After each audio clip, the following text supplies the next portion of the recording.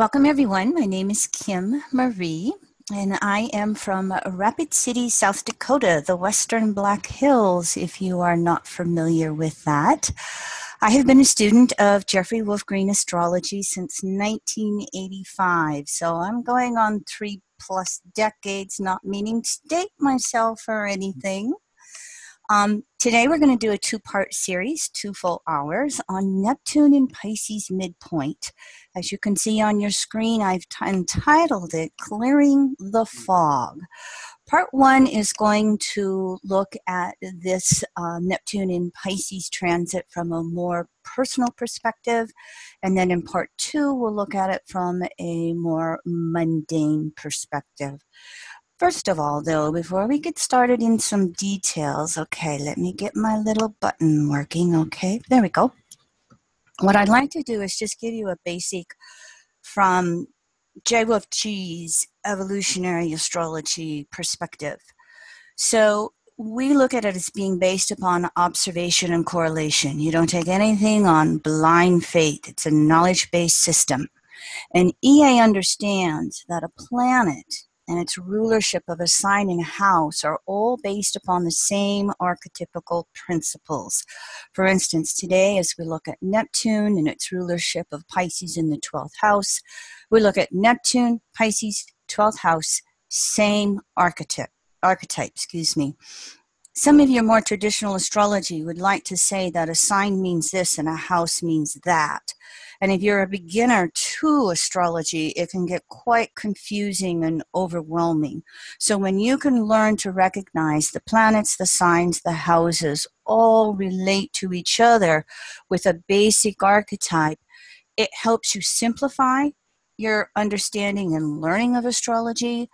And then it helps you in being able to take it further into interpretation with less confusion.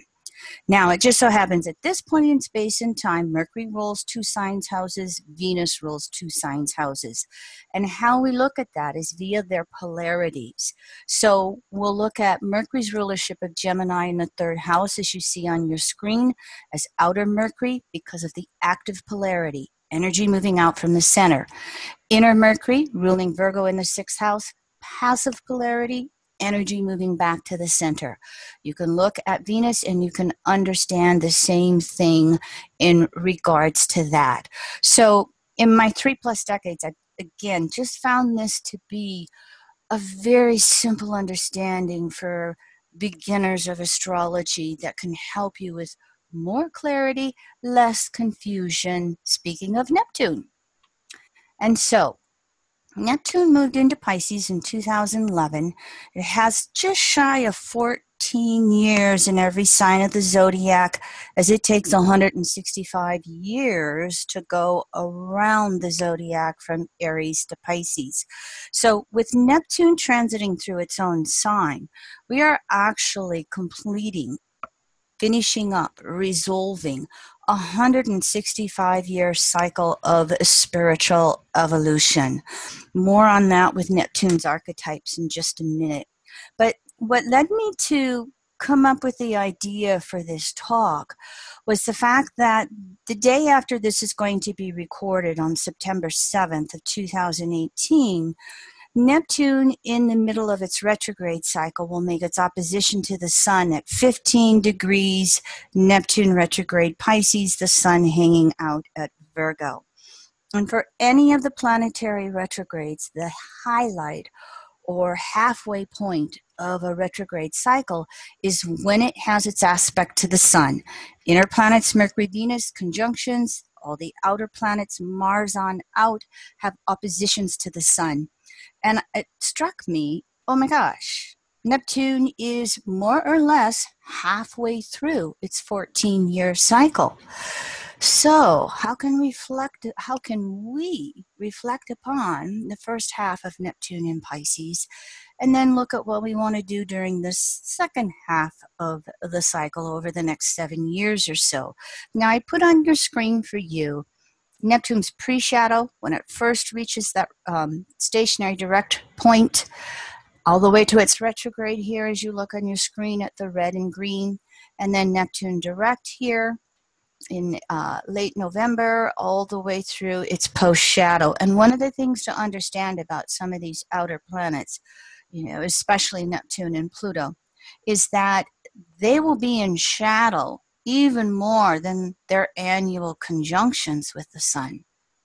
And so those outer moving planets like Neptune can really take long periods of time to travel just a few degrees of the zodiac in a year. And so we can gloss over it, especially with Neptune. And yet it's very significant as it does its march degree by degree, giving us time to make deep soul changes when it moves that slow. Now, we typically know those changes more or less when those outer planets turn retrograde or direct, or when they make specific aspects to personal planets in our natal chart. Then it tends to pop into consciousness more, get our attention.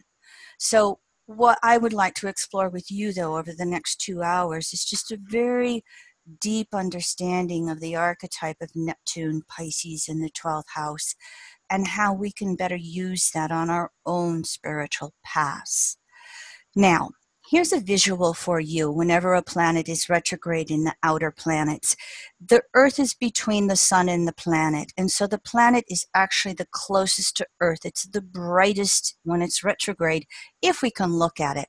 So you can take some time later on if you want and just see this visual as the Earth goes faster. It appears to make this planet in the backdrop of the sky reverse and then go forward. That's that retrograde that we speak about. Now, why do we have planetary retrogrades? They are specifically a geocentric or Earth-centered phenomenon from where we look at it here on planet Earth. We all know heliocentric system, planets go around the sun, but here on Earth, we get extra time with those planetary movements. And so, as I said before, when a planet's retrograde, it's when it's closest to planet Earth, and it's more powerful because it is so close to us. Specifically, planetary retrogrades give us that opportunity to break free from any consensus conditionings, this lifetime and past lives. Planetary retrogrades in general will also cause us to want to withdraw from that status quo, withdraw from that conditioning of our environment that we've come along in this lifetime. And that withdrawal then allows us to objectify. That's also a retrograde word. Objectify that planetary archetype. And when it's retrograde, it gives us that opportunity to redefine that archetype according to what works for us on an individual basis. And answers to retrogrades are always coming from within ourselves. Consensus conditioning, I've got to do what everybody else does. Planetary retrograde, oh, wait a minute, what about me? And so that's why the retrogrades will then draw us inward. Now, a retrograde planet is also non-static, meaning that it is perpetually moving. You hear those words, review, redo, reevaluate, all those words. It just has everything all stirred up to get us more conscious of looking at that planetary archetype in our world. Now, the sign in the house that the planet is going retrograde in will more or less describe how it's manifesting for us. However, astrology always works with polarity in general. You know one archetype when you know its opposite archetype. And so that opposite sign and house of where a planet is retrograde will give us clarity and expression of how we want to individualize that archetype. Also, a transiting retrograde planet is always related back to its natal archetype.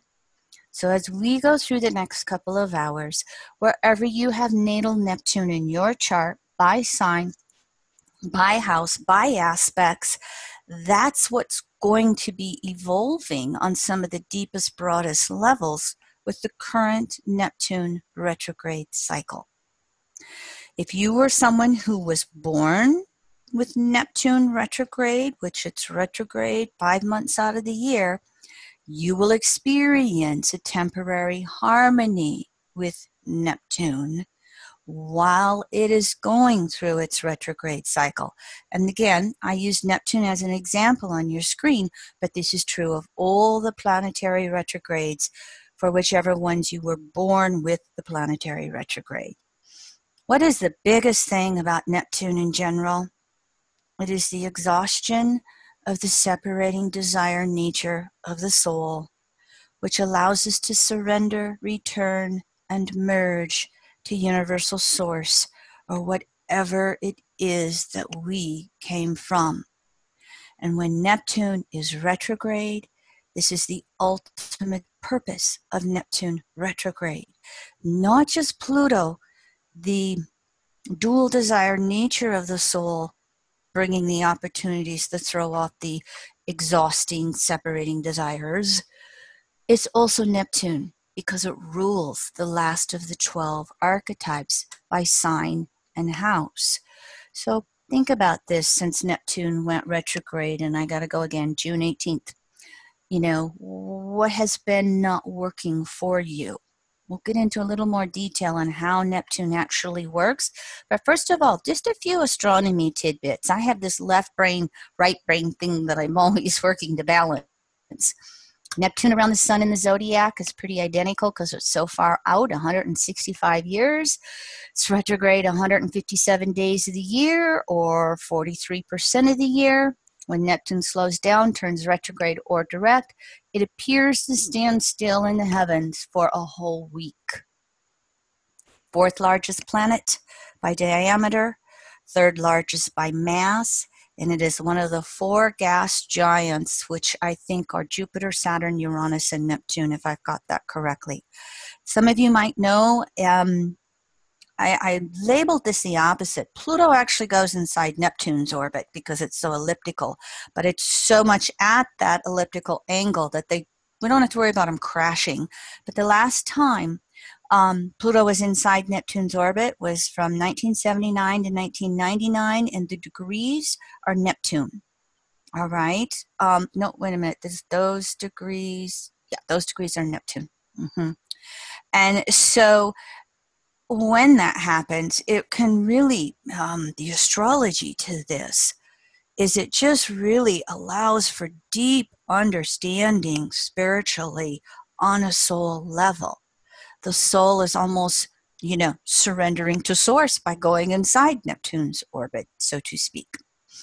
Neptune was discovered back in 1846 in Berlin, Germany, and in the tropical zodiac, it was discovered just shy of 26 degrees Aquarius, and it actually had its first cycle and returned to that degree back in 2011, just before it was getting ready to go into Pisces. Now, here's some basics of the Neptune archetype as fast as I can do it. Again, because it's the last of all 12 archetypes in astrology, it includes all 11 archetypes that came before it. Just wrapping your mind around this one is amazing.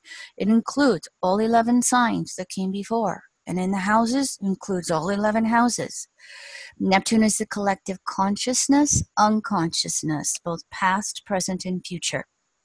So collective conscious unconsciousness, we can look at it from a human perspective, universally. We can break it down to racial, national, subnational, subculture. It includes non-human consciousness, mineral, vegetative, and animal. So it is the totality of consciousness in any form you can think of, Saturn ruling form. Neptune equals transcendence. There's more to life than just this physical existence and universe that we exist in right now. And as we have said, one of the ultimate purposes of Neptune is to remove any barriers to universal source. So just for a moment again, Neptune by sign and house in your natal chart. This will show you specifically where you are on a spiritualization path in this lifetime, and it will also show you where you're trying to let go of any barriers to merge with source, and where you're trying to release all those good illusions, delusion, fantasies, Neptune words we speak about all the time. Neptune has a tendency, though, in our lives to operate by cycles of confusion and clarity, and both sides of this cycle are unpredictable in their timing and their duration. Now, the confusion cycle, this is when we come up with these Neptunian words of alienation, disassociation, disillusionment, the words you see on your screen. And when we go through those type of day-to-day living situations, thoughts, moods, emotions. Again, the purpose is Neptune is dissolving what no longer works in our life. That allows us to align our personal will with divine will, with source's will, with higher will. Now, sooner or later, we pop over into the other side of the cycle, which is the clarity side. And this is when all of a sudden life makes sense again. Oh, that's what it was all about. We have faith and inspiration again. And this represents a renewing of feeling connected to source energy again, however it is happening for us in our lives on a personal level. Again, remember, we go back and forth between these two cycles, and the ego, neither ego nor individual soul get to control the timing. Now, here's the other part. When Neptune takes something away in our life, it can, but it just doesn't do it with a big bang like Uranus and Pluto does. It's just, all of a sudden, blah, it's a blob, it's gone. But when Neptune dissolves something, it's not working in our life, it is not immediately replaced with what comes next. In other words, that is a deliberate action by source energy. It leaves us in what we call that void, the present moment, and it just doesn't make any sense. And again, not controllable and not predictable as to when it happens or how long it will happen. The purpose of being left in that void is so that we can't fill it up with a substitute for source, because that desire in the soul to be secure and projecting the past forward, Neptune goes, not going to get away with that very easy. You are going to be left in the nothingness until you have no choice but to turn to whatever you perceive to be a transcendental understanding in your life. And so that works to help us shift consciousness from our ego to our soul on an individual level, and it helps us shift consciousness from our own individual soul into merging with universal soul and universal source. And so it's an alignment again, personal will with divine will. And I don't know who came up with this phrase, but I had to give credit to my husband and partner, because he's the one that has said it for most of my life, Pluto and Leo. I will, my will, divine will. I will, my will, divine will. For me, that saying works with the archetype of Sun, Leo, 5th, and also Neptune, Pisces, 12th house. Now, both Mercury and its rulership of Virgo in 6th, and Neptune with its rulership of Pisces in 12th, relate to what we call our human-made distortions.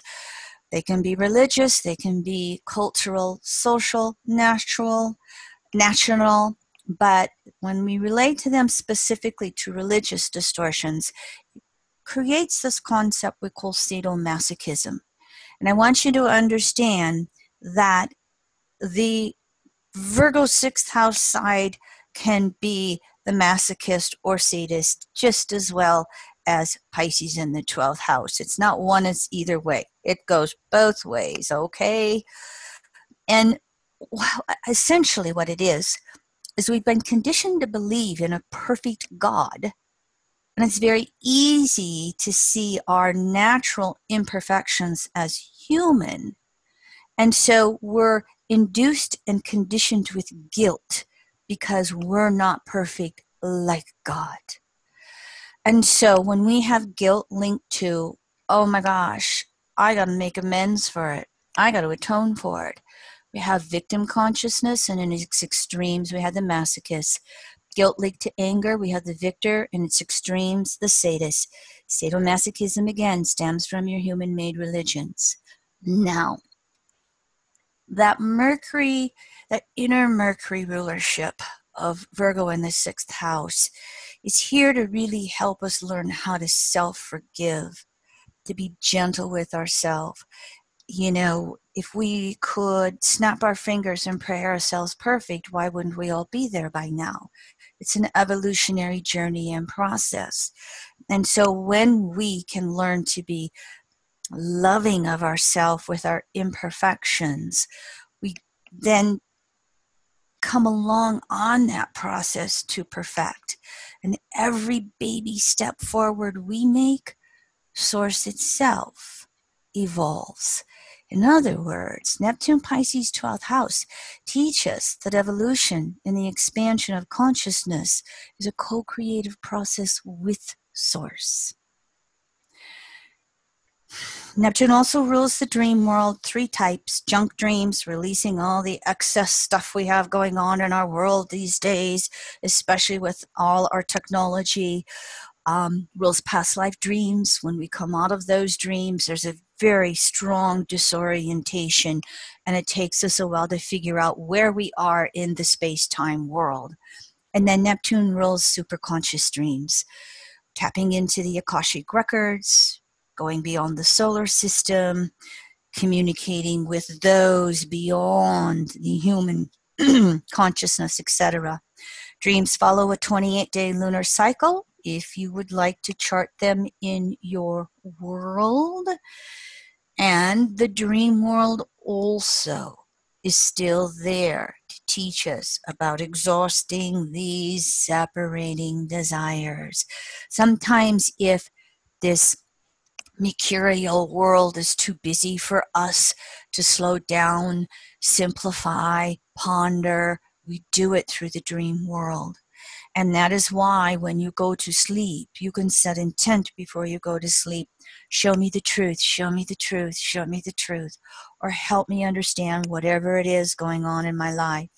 And then when you awake upon from coming out of sleep every day, you know, you can take a moment and really see where was your consciousness when you were out of your body. And over time, it can really help you understand when you're just trying to throw stuff off, or you're really trying to work on deep answers to things in your life. Now, just briefly going to touch upon health and wellness. Neptune rules the immune system in general. It also rules the lymphatic system, which drains toxins out of our body. And Neptune is known as being very sensitive to substances because, again, with Neptune in understanding all 11 archetypes that came before it, where do I end and you begin? And so that creates such a sensitivity on a psychic level. It's there on a physical level as well. So somebody who has a strong natal Neptune archetype or strong forecasting Neptune in their chart, lifelong natally or perhaps transitory with forecasting, can find themselves sensitive to something that they've been eating or drinking for a long time. Neptune rules the endocrine system, specifically the pineal gland, which is called the master gland or the biological clock. So the endocrine system is secretes the hormones in our body. It's not the only way. We have organs that secrete hormones as well, but that major ruling of the bodily processes on a long evolutionary level from birth to death is ruled by the endocrine system. And so those hormones are always secreting chemical messengers that keep the body in balance between hypos and hypers. And again, all the long-term processes in our body. Neptune has rulership over all of that. And so you can look to Neptune forecasting when you have something going on that attacks the immune system from outside of self, or that is wearing down the immune system and endocrine system from within self. And by the way, I'm a strong advocate of the 12 tissue salts in the world of homeopathy. If you can easily go research that. I've done a chakra series workshop where we go through those. You can get more information on that easily off the internet. Neptune rules the etheric or astral body as well. It also rules when we actually die and leave the body, because soul exit through the crown chakra, which is ruled by Neptune. I'll say a little more on that at the end of these 2 hours. And when you look at general astrology from head to toe, Aries to Pisces, Neptune rules the feet and the toes. I have Sun conjunct Neptune, and I have some of the most sensitive feet in the world. Very easy to tickle me and make me laugh. And so when we go through a Neptune retrograde 5 months out of the year, right now, emphasized a little more with the polarity pointing towards Virgo. It's about our daily efforts in our life. It's about putting one foot in front of the other through any and all voids that may be going on from minute to max levels. So, what does Virgo rule? Diet, exercise, and rest on a daily level. In other words, learning how to take care of this temple of our soul that we reside in right now. It also says that we've really got to work on the self-improvement efforts. That's Virgo. Jeffrey Green used to call it the caterpillar syndrome. As long as you're putting one foot in front of the other, you keep going, you keep evolving. But the moment you stop and try to look at one of those little caterpillar legs, you paralyze. And so that process of Virgo being in movement is still there when Neptune's retrograde, because that one foot in front of the other is actually how Pisces perfects. Again, sorry if I belabor. And so another thing to recognize when we're making that Virgo effort, the lesson is in the effort, not the end result. How many of you set up a goal to release 10 pounds or however many, and you get halfway there and then you blow it? Do you beat yourself up because you didn't get to the end result goal? Or did you give yourself some credit for getting halfway? So Virgo, it's that old cup half empty or cup half full syndrome that we talk about in the EA. That gets emphasized when Neptune's retrograde in general, and over this 14-year time period specifically. It also is about teaching us discernment versus judgment. Now, I kind of like to say sometimes, discernment belongs to Virgo 6, judgment belongs to Pisces 12, but it goes both ways. You can have discernment on both sides of the polarity. You can have judgment on both sides of the polarity. Virgo can have a tendency to have a little more human judgment, whereas Pisces is trying to learn ultimate judgment, which again is the intent and the effort, not whether or not we actually achieve it, because again, this is a place of imperfection and learning to perfect. And of course, the Virgo polarity, it is the adaptable archetype into the second half of the zodiac. So it is about learning service to another person.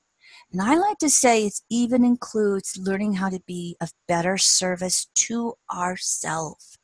So how do we serve ourselves better? How do we serve another better? How do we serve our community or group? How do we serve universal source? And that helps lead us towards that Virgo Pisces polarity of healthy devotion to ourselves, to others.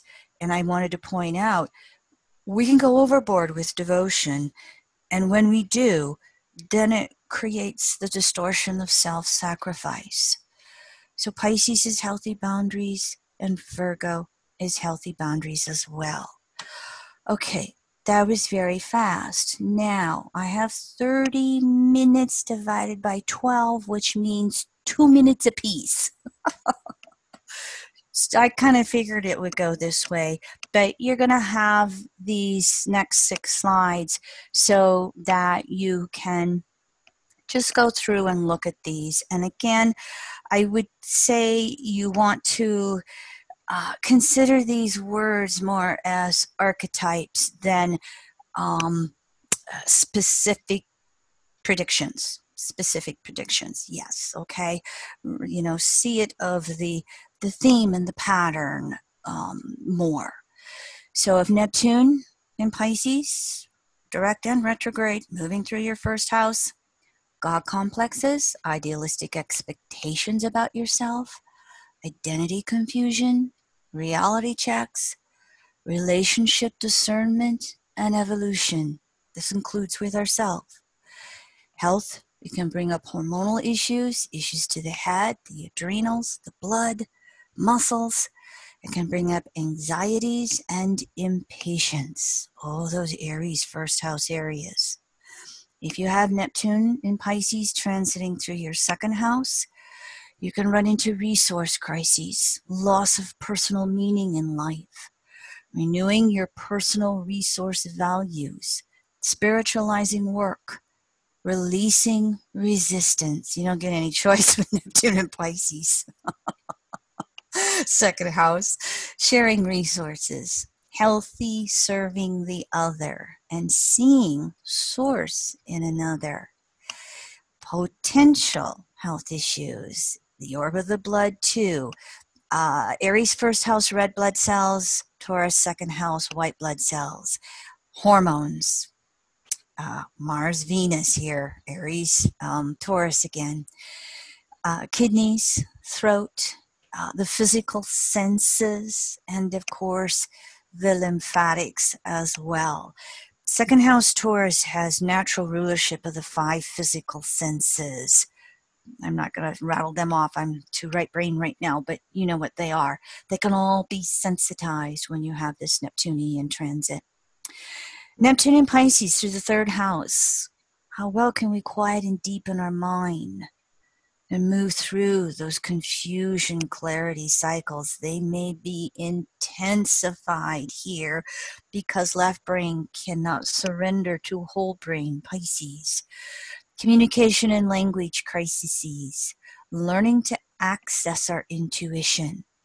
We can get defensive, argumentative. We are needing to expand our intellectual framework and spiritual understandings. Potential health imbalances, nervous system issues, skin sensitivities, issues with the lungs, our hands, our arms, issues with hearing, and those motor function issues that we can go through. Neptune and Pisces through the 4th house. Security issues, emotional meltdowns versus empowerment, early childhood, parent-child gender issues, existential voids, especially if we do not have any emotional inner security foundation, and Neptune wipes it out even more.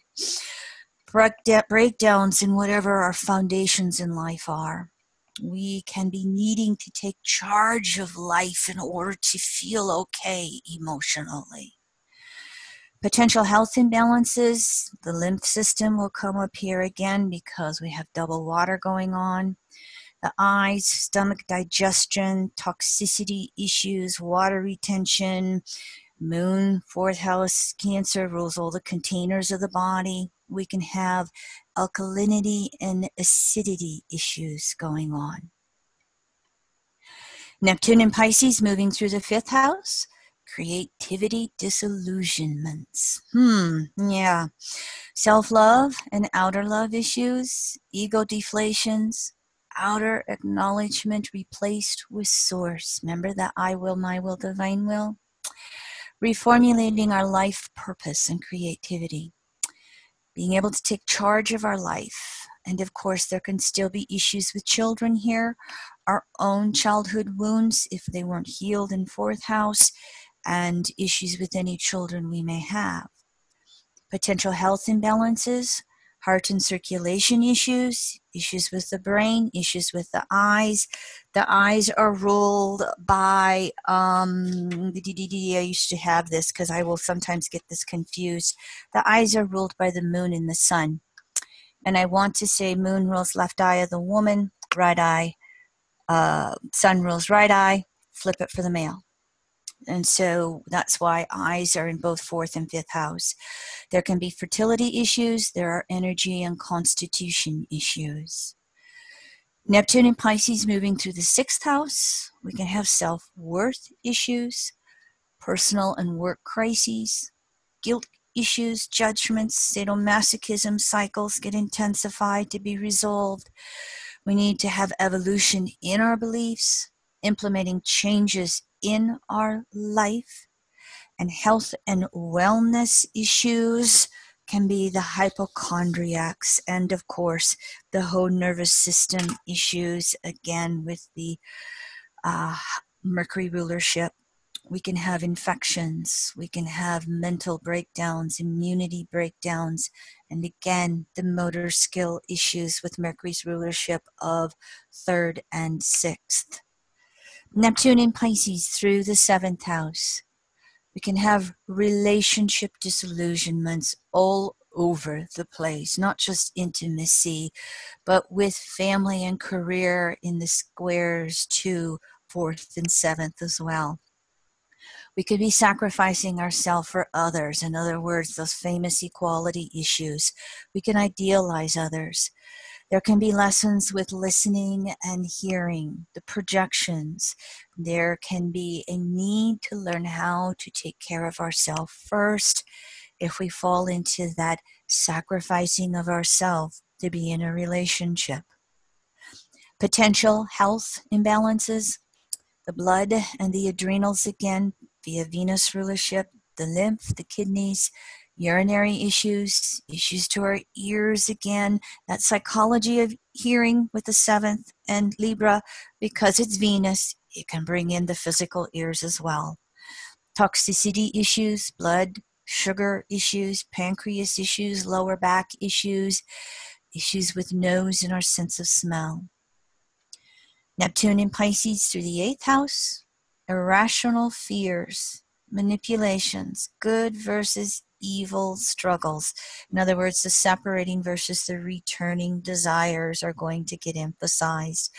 There can be a need to dissolve barriers to source. That fixed water, the eighth house is going to cling to what it knows is security, and Neptune is going to dissolve it however it needs to. There can be intimacy and sexual disillusionments. There can be issues around self-reliance in your world, empowerment issues and lessons, health imbalances,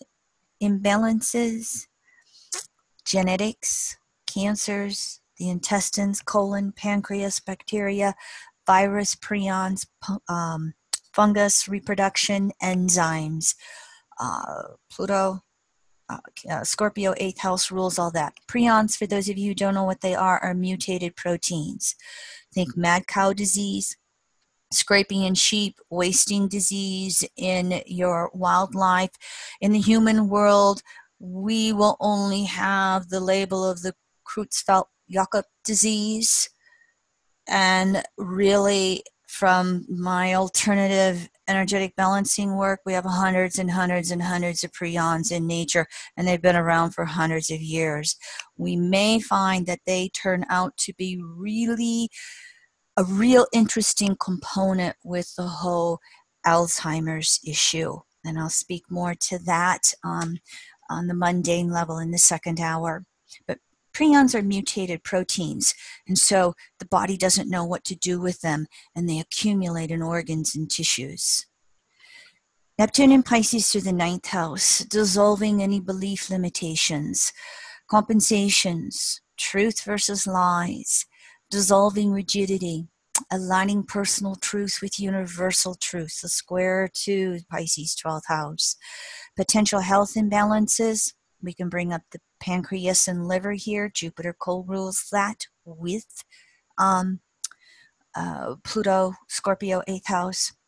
Pituitary, Jupiter has co-rulership of that, and the prostate with Saturn. Thyroid issues, sciatic nerve, growth hormones, excess growth, issues with the hips and thighs. We can have accidents with that absent-mindedness sometimes. Neptune in Pisces through the 10th house. A fear of losing control. That's a big one. Conditioned guilt, parental issues, issues with children, and early environment from the 4th house polarity too. Career disillusionment, depressions, the need to acknowledge the emotional realm rather than trying to just will or push our way through. Lessons around higher will and how to really use that. The health imbalances, here again, pituitary, prostate, thyroid, decay and aging in general, issues with our skeletal system, our skin, teeth, bones, elimination issues and blockages. Neptune in Pisces through the 11th house. Spiritual trauma, equality and race disillusionment, being the loner, unable to connect with others. Also, being able to take charge of our life and express leadership when necessary. Discerning our visions and actually following through on them, taking that action, being the group of one when necessary, or being led to follow through on that. Health imbalances, we can bring up brain issues, central nervous system issues, stress, the synapses and nerves can break down, get stressed out. Heart and circulation, be a Leo, 5th house polarity. A lot of dehydration issues can come through here because the 11th house will dehydrate Neptune in Pisces. Issues with the calves and the ankles. And then, of course, if you're lucky enough to have Neptune in Pisces transiting through the 12th house, you got a triple whammy going on. So it's all of the above that we spoke about in regards to Neptune. But you can have, the spiritual depression because you're really going to be asked to dissolve any of those barriers or separating desires that keep you from merging with Source. There will be an intensification of the confusion and clarity cycles and being left in the void. You really want to pay attention to your dreams here. You've got to be very careful to walk a path, in other words, to get in your body, to do that Virgo polarity with diet, exercise, and rest, and to also work with deepening your faith and relationship with the universe on a co-creative level.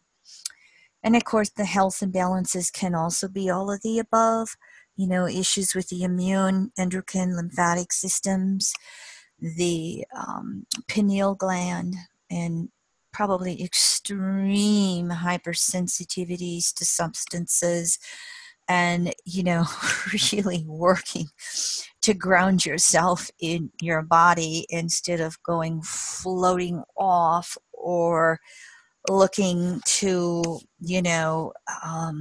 substances as substitutes for Source.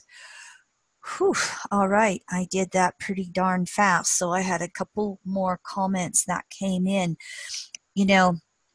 Neptune will rule addictions, and, you know, addictions to substances, you know, being the alcoholic. And so in today's world, the opioid addictions that we have running through the United States here, Neptune has rulership of all of that, whether, again, as I said, whether it's an organic substance like cannabis or it's an inorganic substance like the opioids.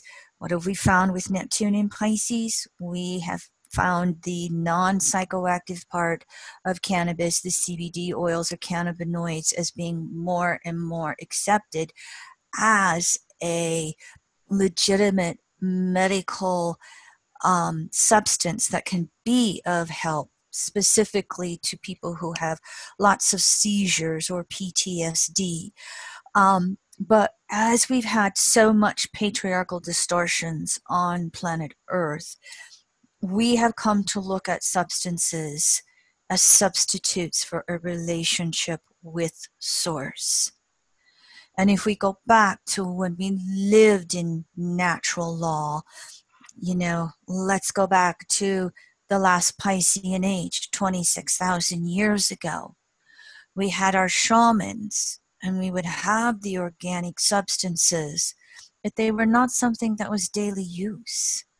They were used in a very ritualistic passage and method, and they were used for those rites of passage to puberty, to envisioning where to go hunt the animals in order to survive. And so as Neptune moves through this 14-year Pisces transit, it really is about getting clear on all of this. And I like to say, in general, karma's healed when the charge is neutral. I'll repeat that. Karma is healed when the charge is neutral. And karma, of course, can go from 100% negative to 100% positive. And so when you look at these addiction issues and some of these psychotic and neurosis issues that we can have with wounded souls, there are those who can need complete and utter abstinence in order to build up an ego within their soul.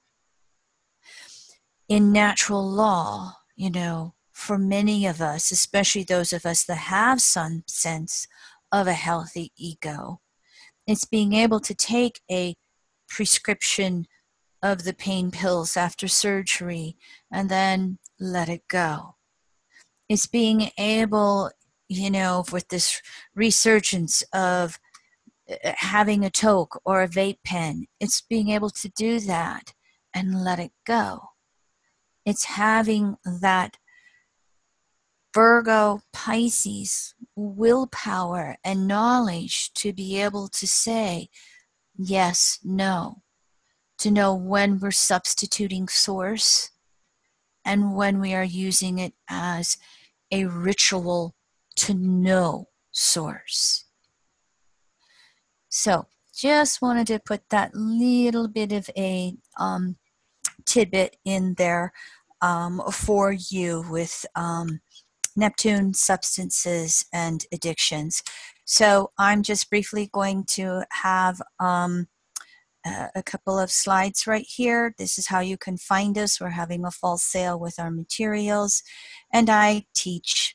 And so here's the webinars that I am doing. And so I actually have 10 minutes here in which we can answer questions if you would like to. So do I have comments, questions from anybody? Yes, Kim Marie. Neptune doesn't always take things away, right? What about the things that remain? So, for example, if Neptune's transiting the 5th house, and you have perhaps a love relationship or something to do with your creativity, it's not going to destroy, it's not going to dissolve everything. What about the things that remain? Here's how you can simplify it, okay? Neptune will dissolve what is no longer highest and best for your soul. Whatever's left is highest and best for your soul. Okay, so if one of the lessons is unconditional love, and so you accept whatever it is unconditionally, it means it's still there in your life. It doesn't necessarily disappear, right? Correct. And if you want to use your fifth house Leo example, and you look at the polarity of Leo 5th and Aquarius 11th, Leo 5th is lovers and Aquarius 11th is friends. In natural law, friends become lovers, and when the lessons of love are done, they go back to friendship, and you still have the unconditional love. We don't teach that. We don't teach that, in our patriarchal distortions. That's amazing. It gave me goosebumps. Thank you so much for that answer. Okay, any other questions from our audience? Please do go ahead. I have a question. As far as especially with Neptune being in its home sign, and Neptune, the transiting Neptune, of course, is evolving the natal Neptune, but is the 12th house also being stimulated with this transit? It can be. Yeah. If you have Neptune transiting Pisces in its own sign, wherever you have natal Neptune in your chart is being activated, wherever you have Pisces on a house cusp is being activated, and whatever you have in your 12th house is being activated just synergistically through Neptune and Pisces. Good question. Thank you. Hey there. I also have a question. Could you say anything relative to the Pisces Virgo generation? Because they're being hitting that now real directly. And I just also want to clarify that this talk is specifically about retrograde. It is in general everything, okay? Yeah. It's okay. Neptune. It's Neptune in Pisces. Okay. So yes, the Neptune and Pisces retrograde opposition to the Sun, the halfway point, triggered my thought process, but it goes beyond just retrograde, okay? The Pluto and Virgo generation. What's happening during Neptune in Pisces transit is it is going over the Pluto polarity point, which in Jeffrey Green's Evolutionary Astrology is the soul's evolutionary intent. Now, there's exceptions. If you have Pluto conjunct the North Node, the polarity point doesn't come into being. But so Neptune in Pisces can be inspiring and activating the Pluto and Virgo generation moving forward on an individual level relative to their natal Pluto house and polarity point, and on a collective level relative to climate change and relative to things with religion and spirituality that are distorted. So the Pluto and Virgo generation is, it's like sticking their finger into the light socket on a broad collective level in regards to spiritual awakening. One of the things that I say about the Pluto and Virgo generation coming in at the end of the Piscean age is that almost everyone, I'm in this generation, so almost everyone in our generation is going to go through disillusionment with their belief system. And so with Neptune transiting through Pisces, this is the inspiration to rebirth our belief systems. And this will take place from the consensus world and becoming a born-again evangelistic Christian, or in individualization, becoming an atheist, or opening up to alternative belief systems, and all the way into, even as we look at spirituated state of consciousness, we will still have waves of disillusionment and reconnecting with source. And so it really is giving the Pluto and Virgo generation stimulus to step up to the plate on planet Earth and participate in evolving planet Earth. Thank you. Good question again. I had one other question, and this might be too much. What about somebody with a South Node in Pisces and Neptune sitting right on it? Whatever Neptune in Pisces moves over by conjunction is going to have that dissolving what is not highest and best. And as we spoke earlier with Linda, what remains is what is real for you in moving forward. If you put it specific to the South Node, you're going to dissolve the ego of the past. It's going to depend specifically to the environmental conditioning factors to every chart, because one person with South Node in Pisces may have no sense of egoic development. They're, what's that phrase? They're the rug everybody steps on, and in that case, Neptune is going to be there to inspire the ego. And if you have someone else who has a South Node in Pisces and they think they're God or goddess, Neptune in Pisces will come along and dissolve that and go, you're not running the show. Guess who is?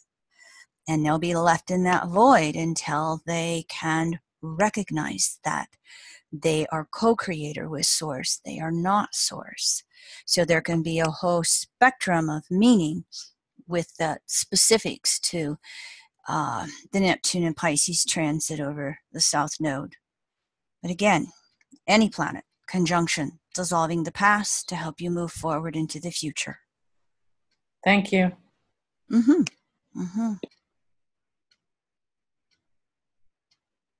One more question? I think we've got a little bit of time. Hi, Kim. Hi. It's Kimberly. Love your name, by the way. Oh, thank you.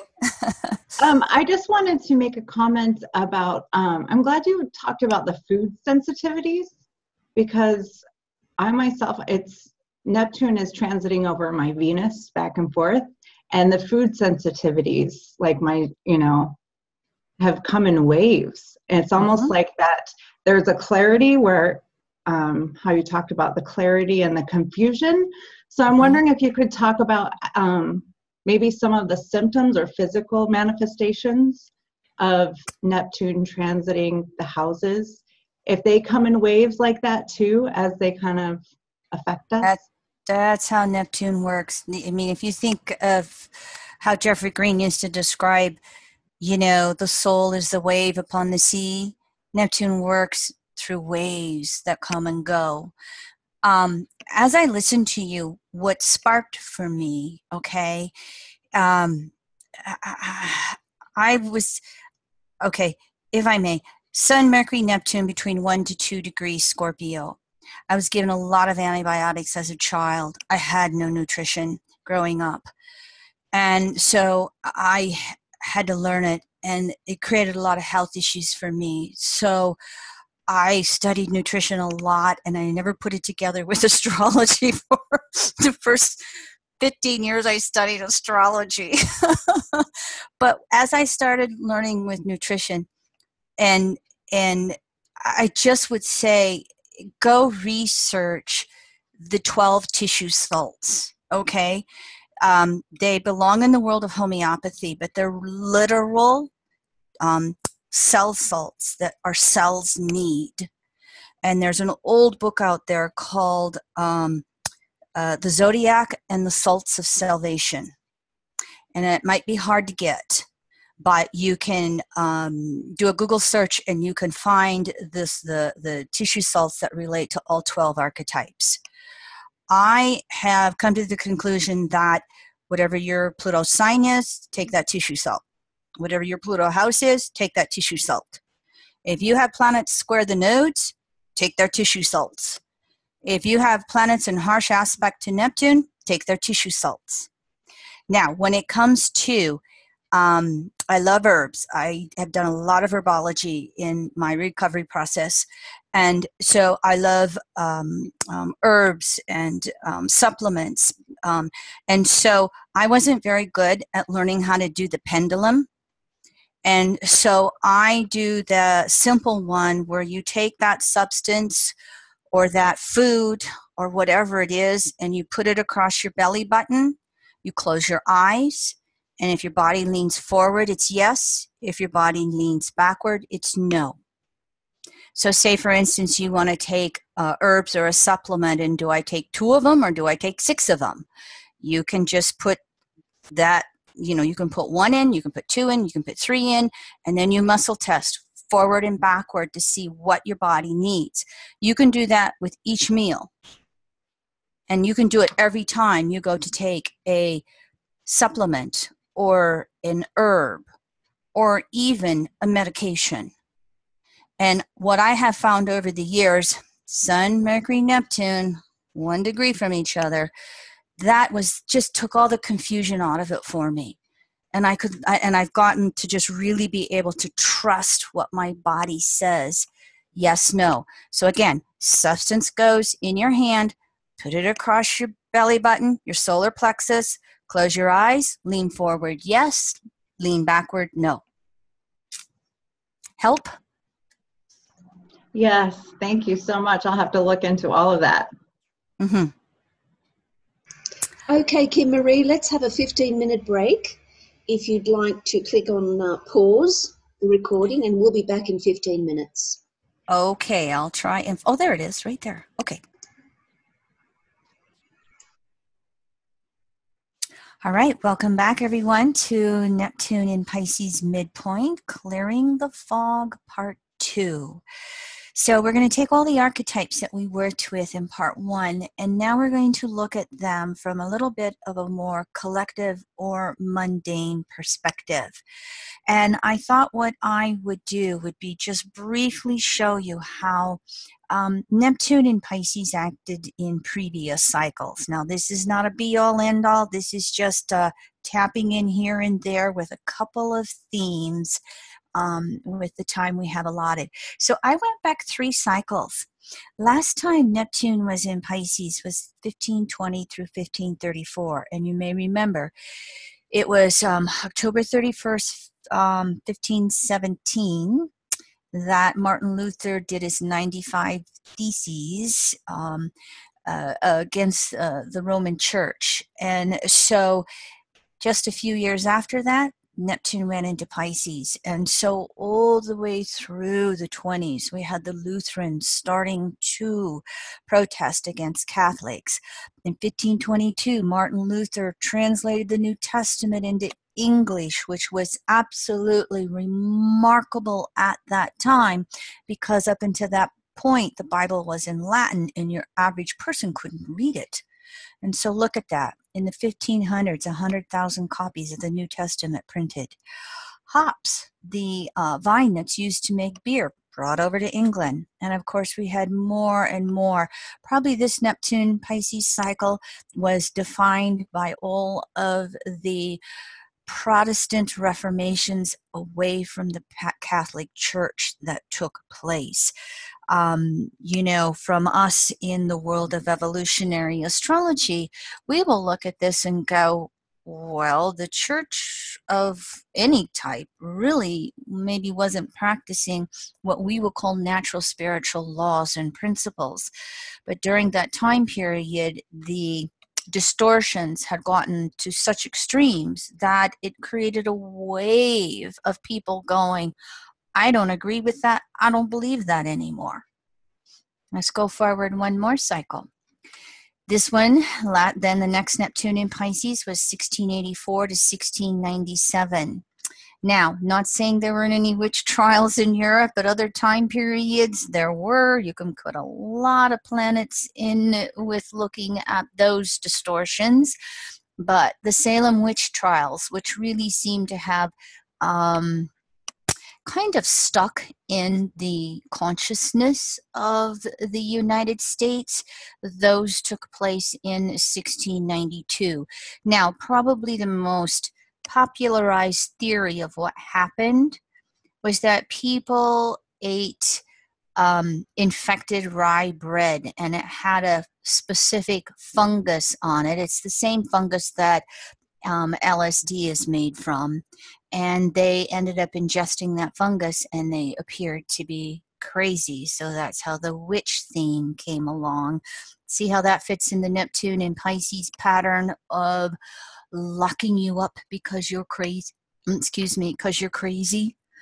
Another theme that I thought was interesting about this cycle, those of you who have heard me speak before, I am a strong advocate of the public banking movement, or banking controlled by the masses for the good of the masses versus controlled by the few that keep all the profits.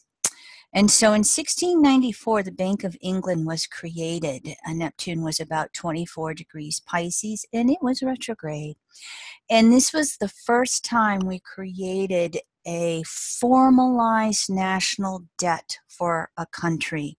I put the Spanish destruction of the Mayans in there because, you know, Neptune in Pisces in its distorted hedonistic side will entirely wipe out a culture and think nothing of it. I'm better than you.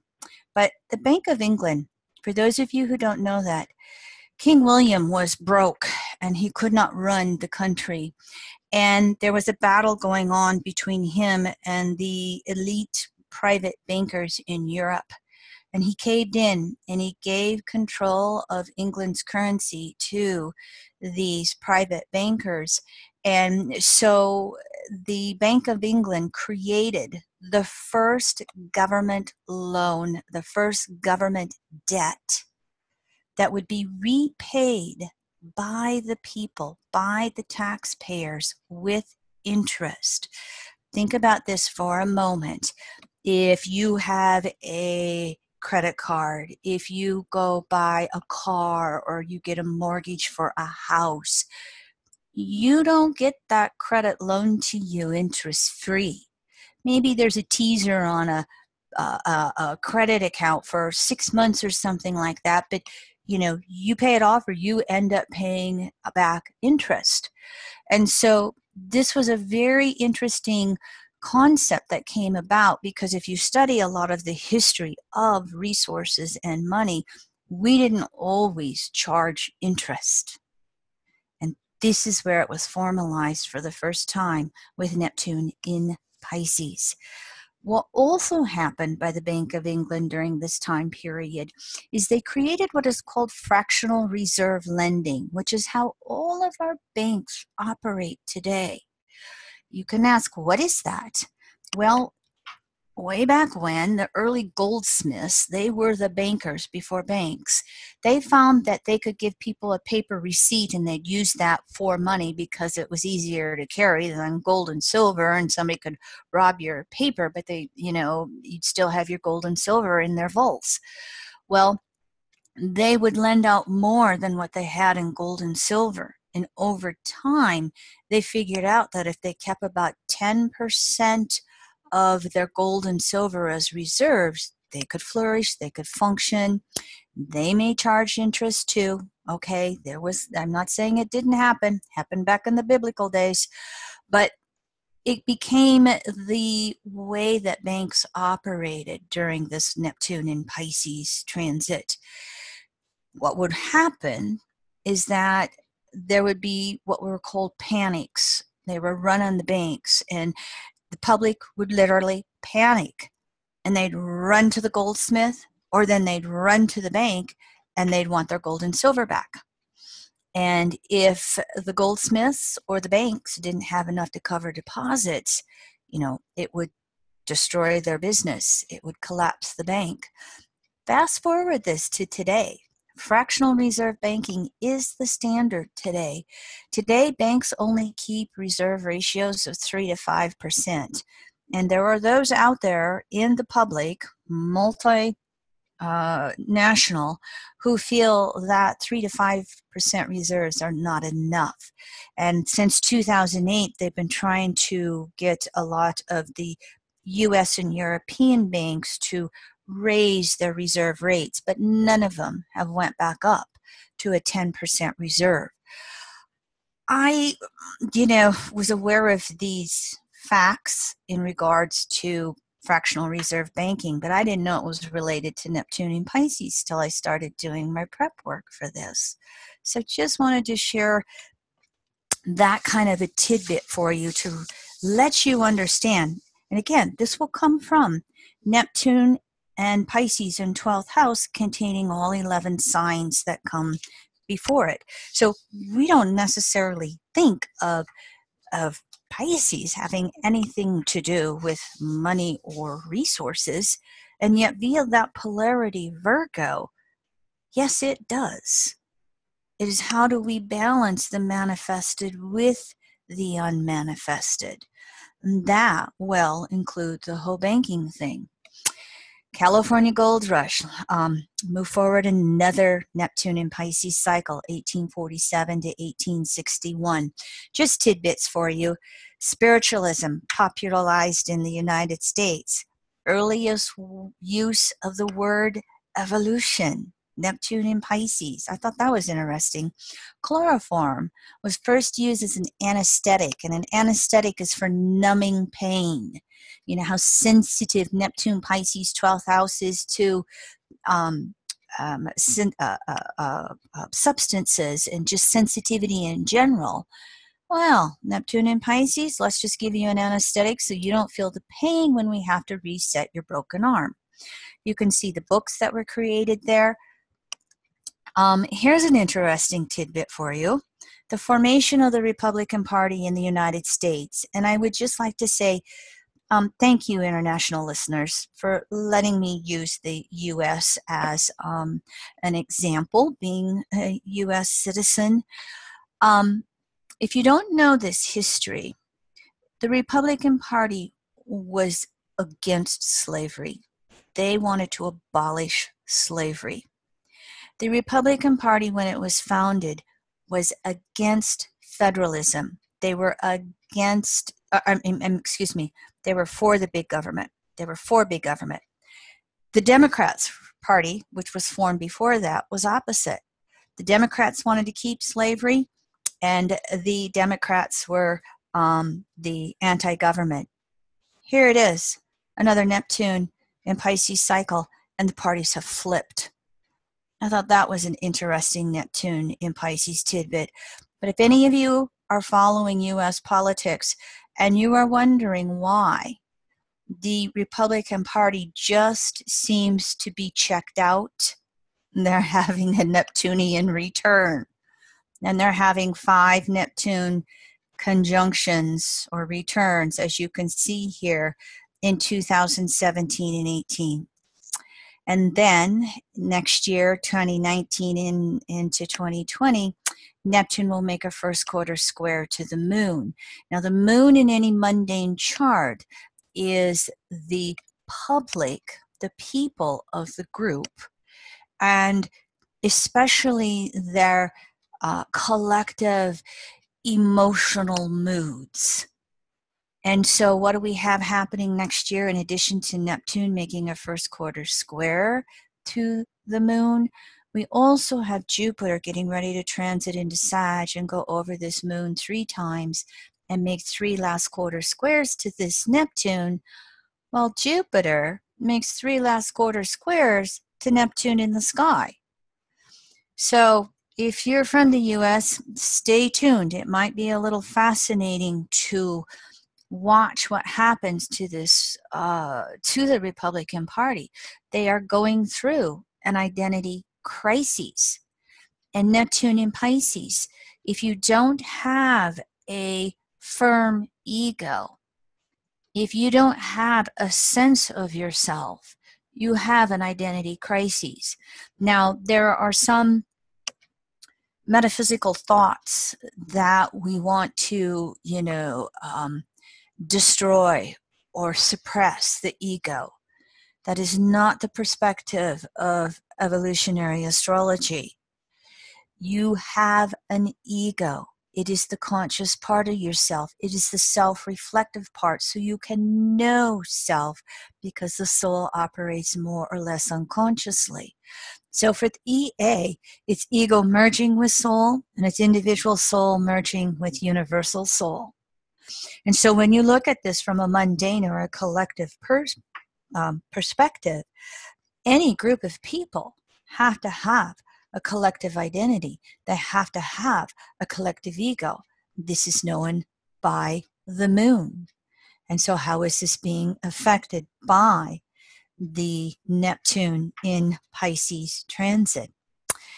Stay tuned. We'll find out more. I'll try not to be too political, but from my perspective, with Neptune ruling Pisces and the 12th house and containing all 11 archetypes that came before, you cannot avoid it either. Then that's the Neptunian neglect and putting your head in the sand versus being able to hold the consciousness of consensus and individuated as well as spirituated. It is not an either or. It is not a better than, less than, but it is an ability to be in this world and participate in this world. And looking at the issue of climate change, which I will in a few slides, we've all got to be participatory at this point on planet Earth. So just want to give you this little tidbit in regards to a chart.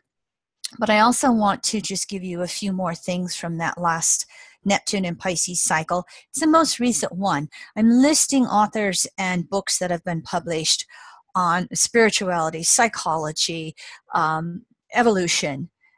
Those are all included in Neptune as well, but we won't go into detail.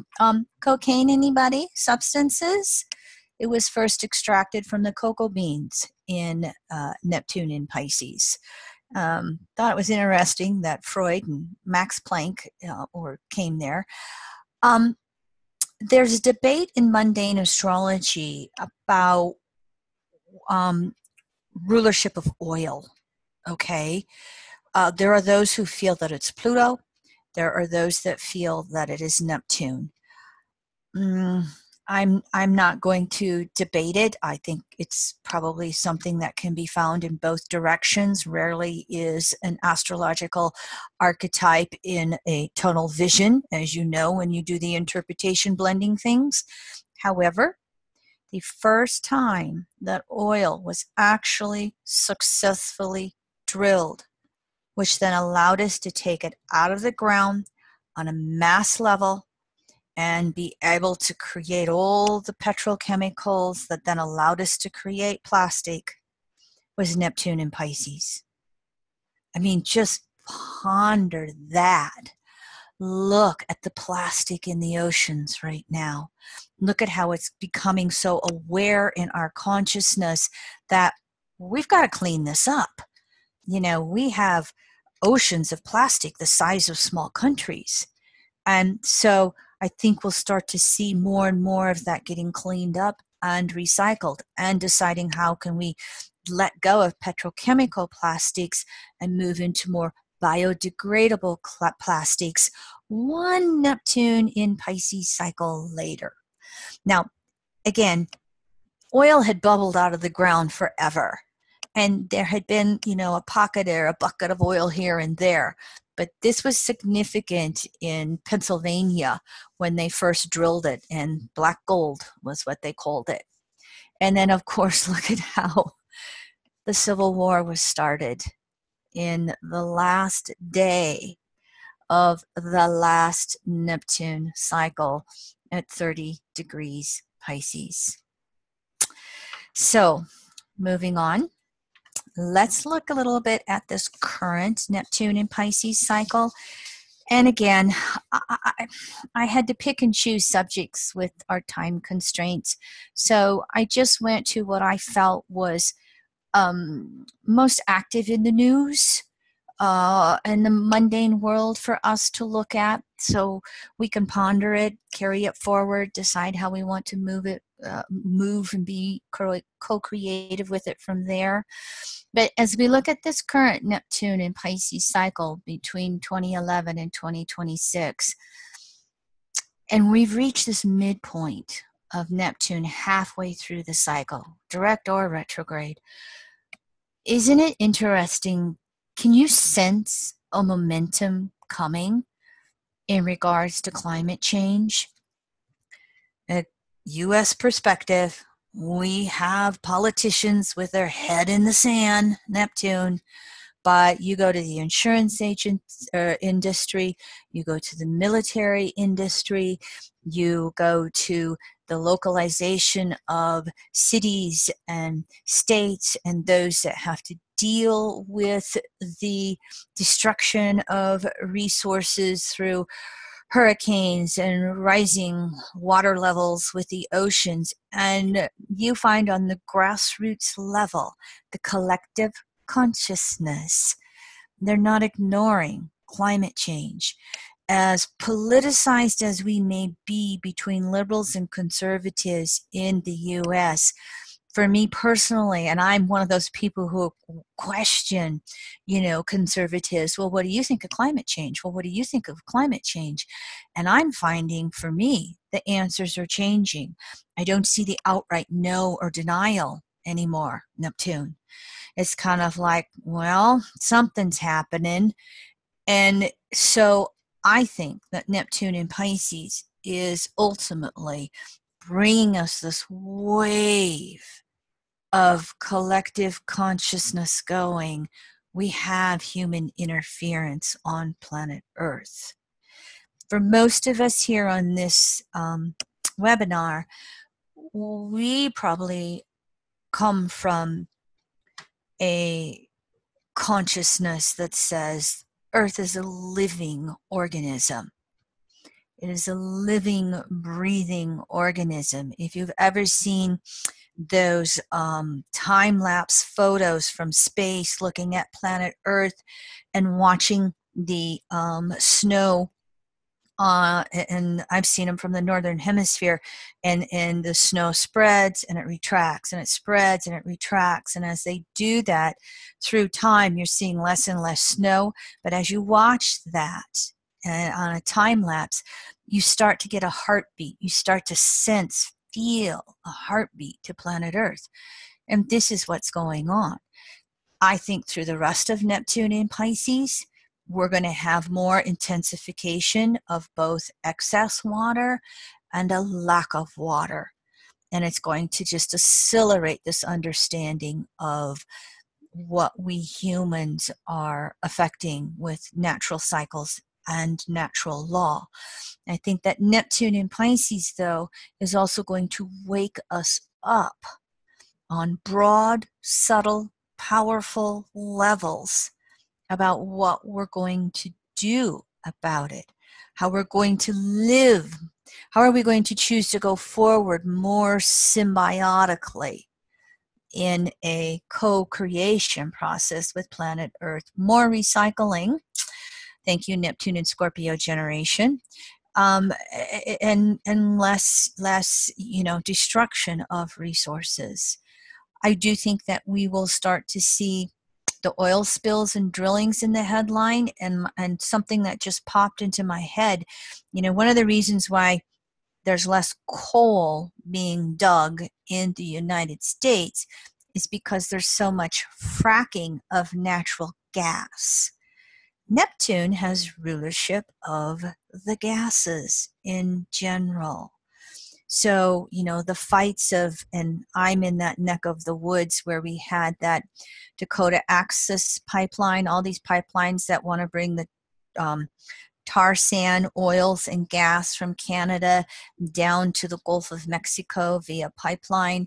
So we have the Dakota Access pipeline that created all the news with the protests, and we have the XL pipeline that Obama denied, and Trump, before he was in office, you know, 3 months, brought it back on. That's really heating up in my neck of the woods. We actually have state lawmakers that made it illegal to block a highway for protesting. So there's a lot of your conservative states trying to do anti-protesting laws. Pisces square to Sagittarius, Jupiter getting ready to go into Sag. That can be some of the distortions that can come from those transits. But we'll see it with oil, gas. We'll see the upsets. We'll see the recognition that we need to divest and leave it in the ground.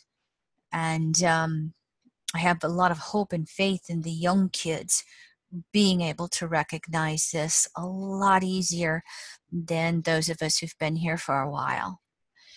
As we've seen in some of those previous examples, Neptune and Pisces can bring religious extremes. And the masses will be attracted to it, or they'll be repelled by it. For me, what's different this cycle versus 165 years ago or 330 years ago is that we're closer and closer and closer to the ending of the Piscean age, beginning of the Aquarian age. Nobody has an exact date in the world of astrology. The research of Mark Penfield, which is what Jeffrey Green and Stephen Forrest adopted in their workshops that turned into books, Measuring the Night, Volume 1, Volume 2. I don't know how easy they are to get anymore. I don't know if they're out of print or whether they've been digitized. But in the back of those books, Measuring the Nights, Volume 1 and 2, is Mark Penfield's research on the 26,000 great year cycle, broken down into the 2,000-year cycles, where the first day is spring and the tropical zodiac recedes through constellation of Pisces, constellation of Aquarius, etc.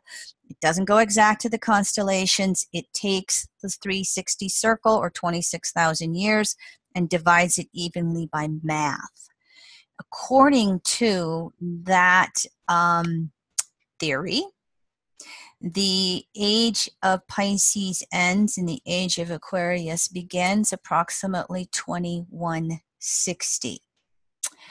That means we could have one more Neptune in Pisces that really brings that shift from Piscean to Aquarian age about. And so there will also be, I think, continued interest in alternative belief systems. You know, just look at this from the perspective of what the internet has done for us with astrology. You know, I was just speaking to someone today. I am so grateful for computers because I learned how to cast charts by hand. I am grateful for audio conference calls. I am grateful for these webinars that allow us to connect all over the world. I'm one of the people who think astrology is blossoming. And I'm one of the people who thinks everybody can be an astrologer and everybody needs to learn astrology. And what better could we do than Neptune and Pisces, but expand our belief systems with the as above, so below, so within, so without.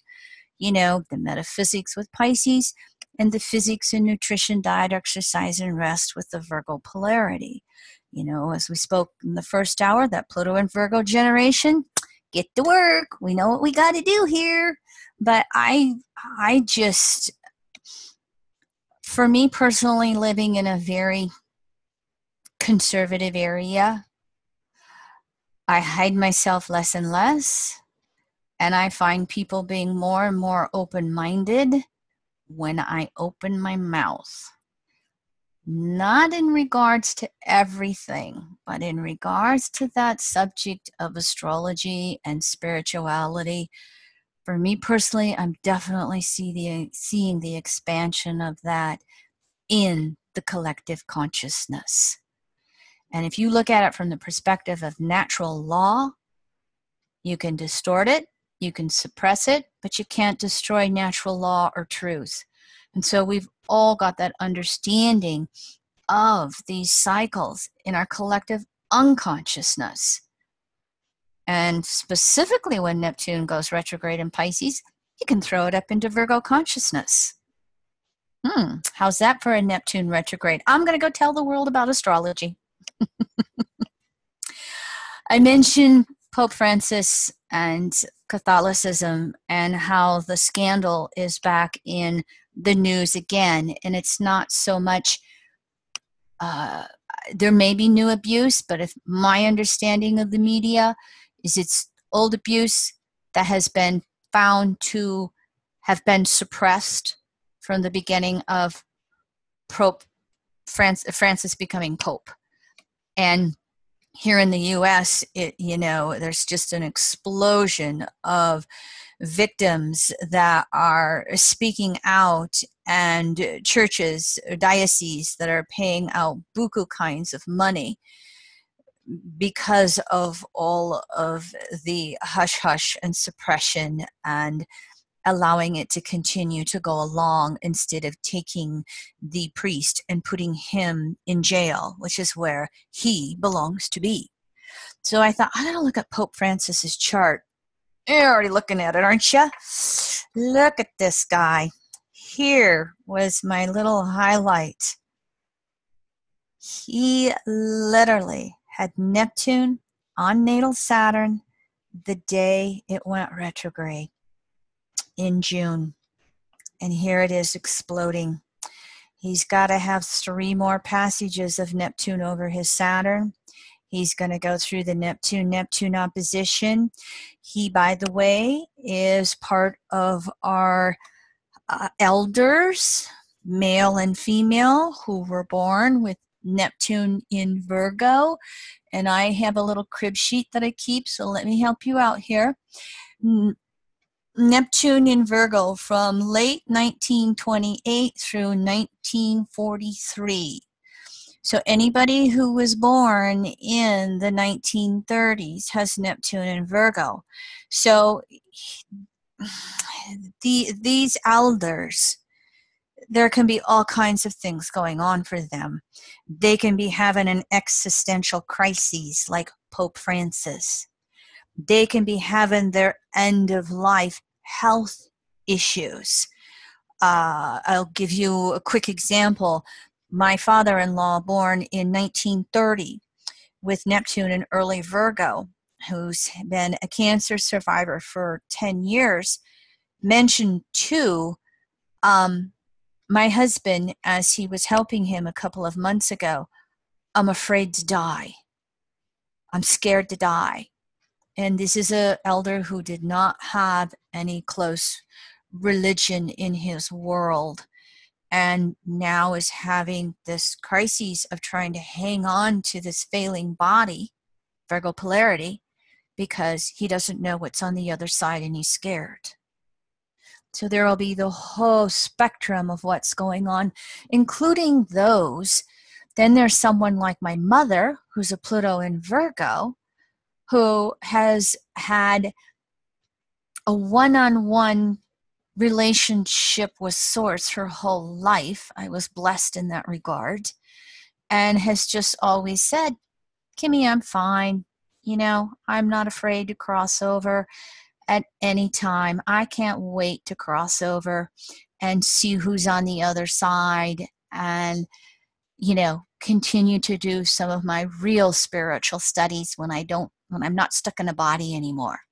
So we can have from one spectrum to another with this Neptune and Virgo generation.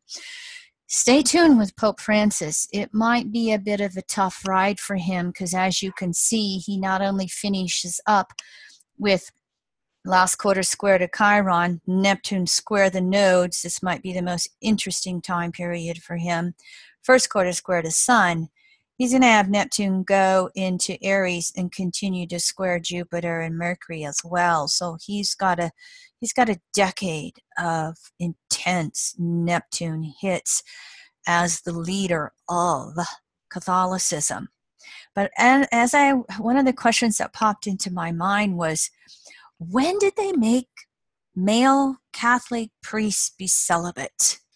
There was always a history of, leaving your marriage or, choosing to not live with your family. There was always some free will to initiate being celibate. But somewhere in the month of April 1139 was when they made it, what do they call it, canon law or something like that. I don't have a Catholicism background. So I just went with April the 4th, but as I looked at the chart, I went, what do you want to bet we're going to get to that mid-month in April? There were 1,000 priests and cardinals in 1100 AD that meant to have their second great council on how they're going to codify laws. But yes, here's the Neptune that is just going to really be dishing up this issue of celibacy in the Catholic Church the rest of the next 7 years. Talk about clearing the fog. How will the consensus in the Catholic Church move through this, the rest of Neptune in Pisces? Will they recognize that when you go to this extreme of denying sexuality, which, by the way, if you don't know this in EA, the last separating desire we exhaust is sexuality.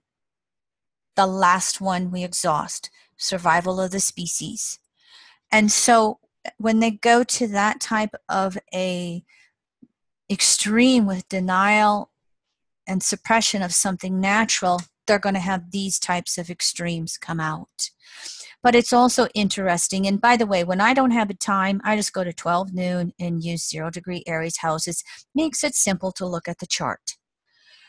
I do, though. I think that Sun was closer to Taurus and along this south node and opposing this stellium up here in Scorpio with this natal Neptune, and they've been confused about sexuality ever since. Not that they weren't before then, but it'll be interesting to see if transiting Neptune creates enough of a crisis for not only their Pope, but the Catholic Church as well. Will there be a uprising of the collective consciousness that says, this is ridiculous. We're one of the only major religions in the world where our holy ones cannot engage in something natural. Stay tuned. We will find out. Now, here's something else that you're probably not aware of that is going under the radar, and we'll just watch this and see how this comes up. And this is coming from one of my favorite authors, Ellen Brown, who wrote The Public Banking Solution. There has been secret trade agreements initiated by the US and the EU called TISA, Trade and Services Agreement. They were part of the TPP that Donald Trump stepped out of, but they're also part of the TTIP that we don't hear anything about. I don't know where this is right now. It's kind of like everything's almost on hold. But what this TISA was is trying to do, and this is what's happening, Neptune and Pisces in secrecy, underground. And again, initiated by the United States and the European Union. They are trying to pass banking laws whereby countries, states, cities, and public entities cannot create public banks. And if you followed me in any way, you know, our Federal Reserve chart is going to be hit by Neptune in Pisces. In 1913, the United States gave away its constitutional right to coin and value money thereof to a private corporation called the Federal Reserve, which is owned by 12 banks, which are privately owned. And so there's this behind the scenes battle between private banking, where the profits go to the few, versus public banking, where the profits, i.e. interest, goes back to the people, the public, the infrastructure. And so this TISA is going to cover 51 countries, 28 of which are the EU. However, it does not include the BRICS. The BRICS are Brazil, Russia, India, China, and South Africa. These are the 5 major countries in the world that have anywhere between 40 to 75% of banking in their country as public banks. And so this is and this is big in China and India. It's big in Germany and the EU. It's big in Japan. I would invite all of you, if you're interested in prosperity for all, Neptune in Pisces, to go and study the history. Just Google public banking. Just publicbankinginstitute.org. I don't care where in the world you live. Australia had public banking and it got taken away. Canada had public banking and it got taken away, except in Alberta. And so it's a fascinating history. I not only think it's going to come up with Uranus and Taurus, I think it's going to be part of this Neptune in Pisces picture. And the Neptune in Pisces part could easily be a distortion of intensifying the Pluto and Capricorn haves and have-nots. And so really, really study this, because, again, history is full of those examples where the public and private interests compete over control of money, monetary policies, and who gets the profits or interest. Do we create more billionaires, or do we put it into infrastructure and taking care of our elderly, especially those with Alzheimer's? I just included this quote because I thought it's a fascinating quote. If you don't know who Mayer Rothschild is, he was from the 1700s. He had 5 sons, and he sent his 5 sons in the 1700s to the major cities of Europe: London, Paris, Frankfurt, Florence. I don't remember the 5th one. And they are still very much in business, in banking, but they're private banking, and you never see them in the headlines. Give me control of a nation's money, and I care not who makes the laws. This is the Ellen Brown that I recommended. This is her latest book. She's supposed to have another one out, but I haven't seen it yet. So, in the United States, thank you again, international listeners, there has been a history for the U.S. to have panics, those runs on money, collapsing banks, and stock market crashes whenever the natal U.S. Mars Neptune square gets hit by hard angles, oppositions, squares, conjunctions in the past. And this is the July 4th chart. I used the Gemini rising. This is true for Gemini rising and the Sibley Sag rising. Doesn't matter which July 4th chart you use. This is from the late Robert Gover, who I got to talk to and work with before he crossed over a few years ago. He wrote the book Time and Money, and the second issue of it was published, I think, 2011, and so I think it's still in print. Get a copy. He wasn't always, he kind of dabbled all over and went back and forth, but it's a great astrology book on money, history of money, basics with money, And here are all of the panics and stock market upsets. In every single one of these, there was a harsh aspect to Mars, Neptune. So guess what? Here's, again, I use the Gemini rising chart. We're all excited about the US Pluto return, and before that, Pluto in Capricorn up here is going to oppose Mercury 5 times. And this is all going to take place between 2020 to 2022. Guess what else is happening between 2020 and 2022?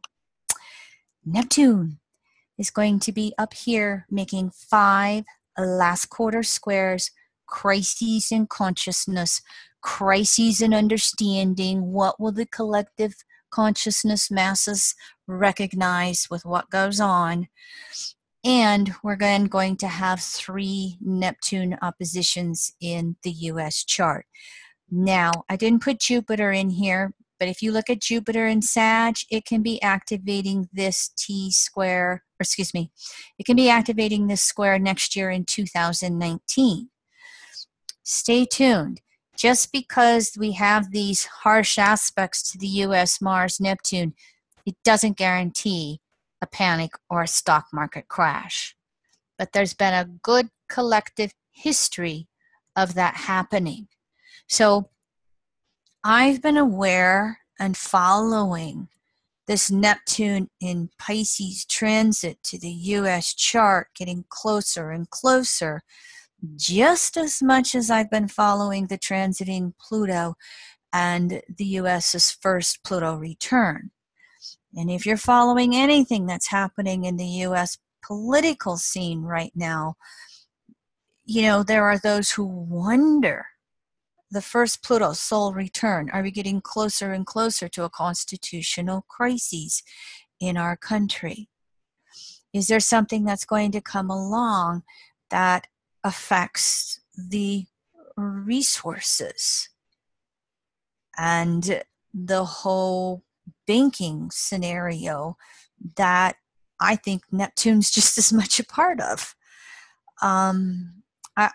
You know, it's why I'm an advocate for public banking. I'm an advocate for solving the problem on the grassroots level with the masses, because the more that the collective understands what's going on, and the more that the collective acts to make change, the less vulnerable we are to the elite few, whoever they are, wherever they operate.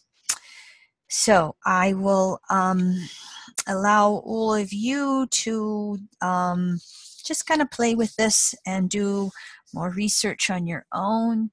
You'll have this PDF that you can refer to time and time again as you're watching things unfold through the rest of the Neptune and Pisces transit. Donald Trump, I did put one slide in here for him.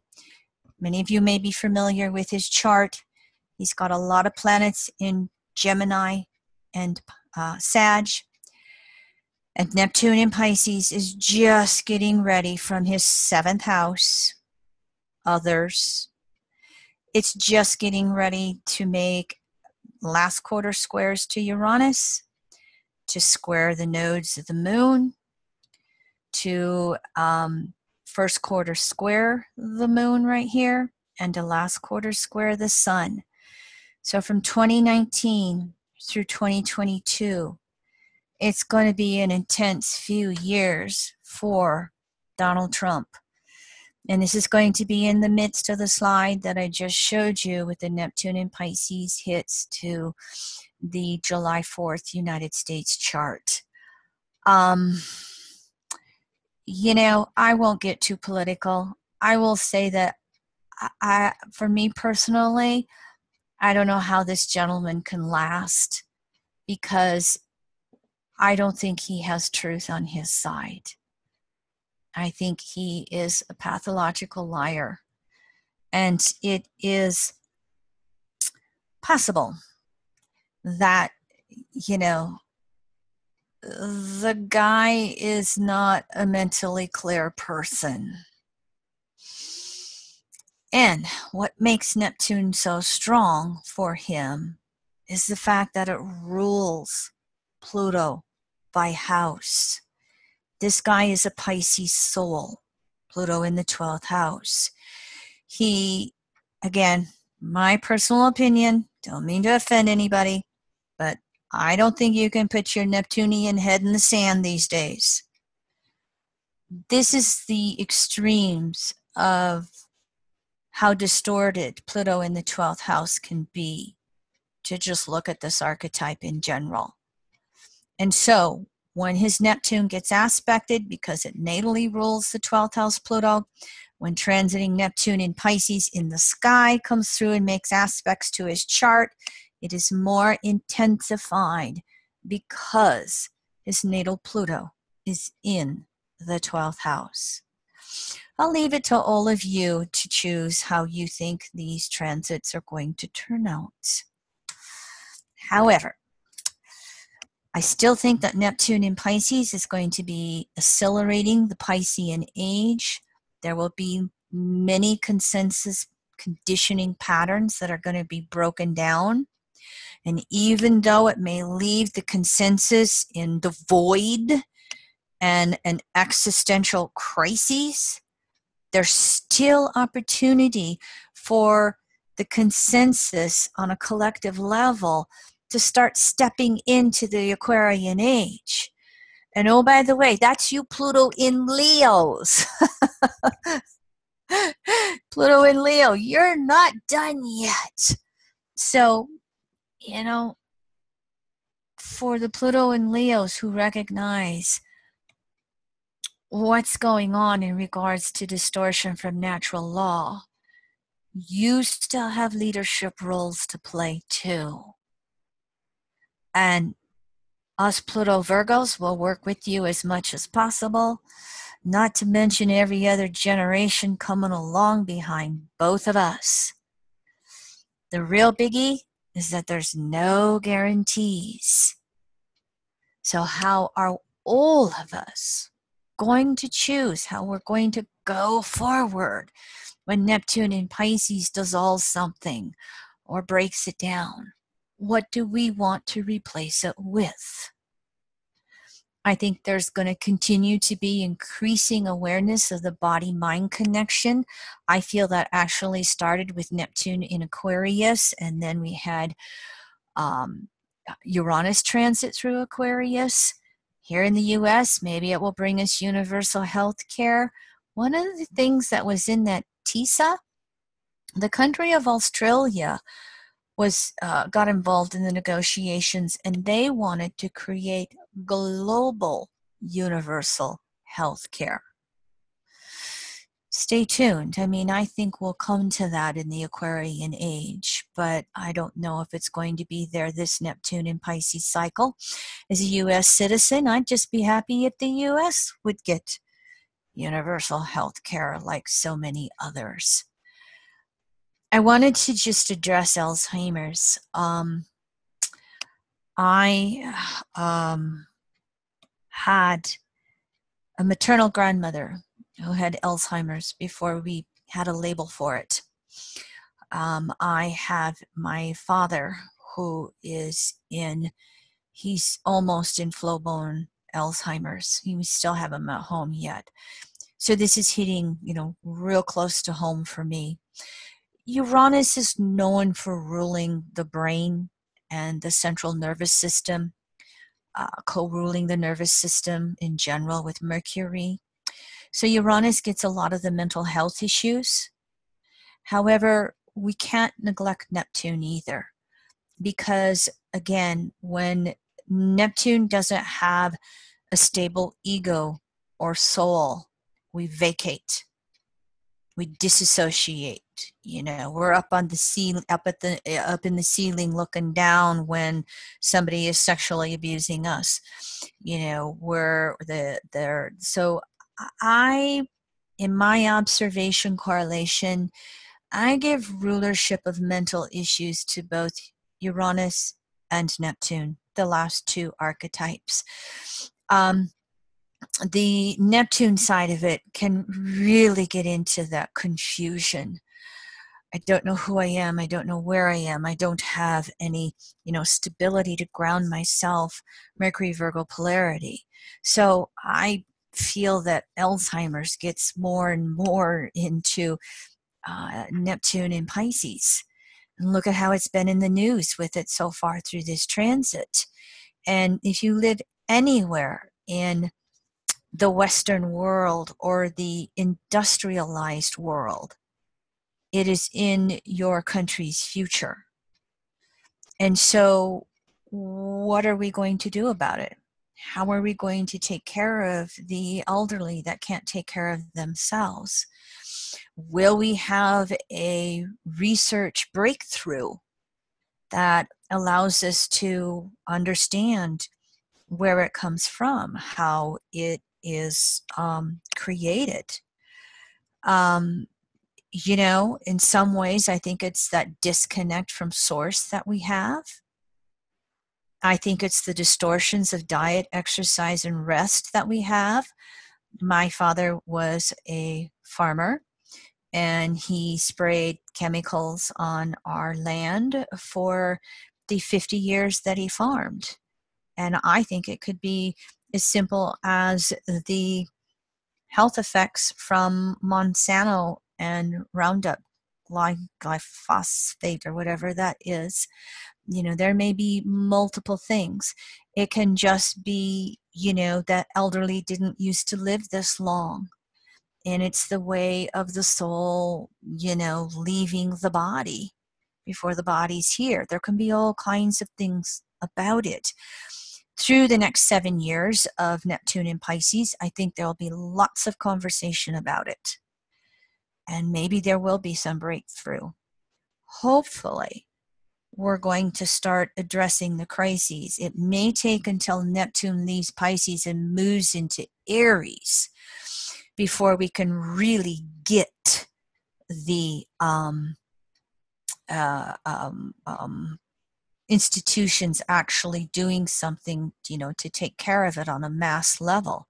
It's going to drain public coffers greatly, which is why we, again, need to shift to this public banking, so that taking care of infrastructure means also taking care of healthcare, taking care of our elderly, providing safe little communal living units where they can be free within that unit, but they're contained in that unit, little mini villages. They're way ahead of that in Northern Europe compared to what we're doing in the United States. It's a big issue. And the story's unwritten, as all these stories are. So, but I think it's part of this Neptune and Pisces conversation. And I think it's part of this turning point of more and more people starting to recognize this and go, oh, wait a minute, we better start paying attention to this and doing something about it. Finally, what I wanted to say is that, in the chakra system, and this is coming from an old book by Jeffrey Green called Uranus. I think it's digitized now. Neptune has co-rulership of the sacral chakra with Jupiter. And then Neptune has rulership of the crown chakra.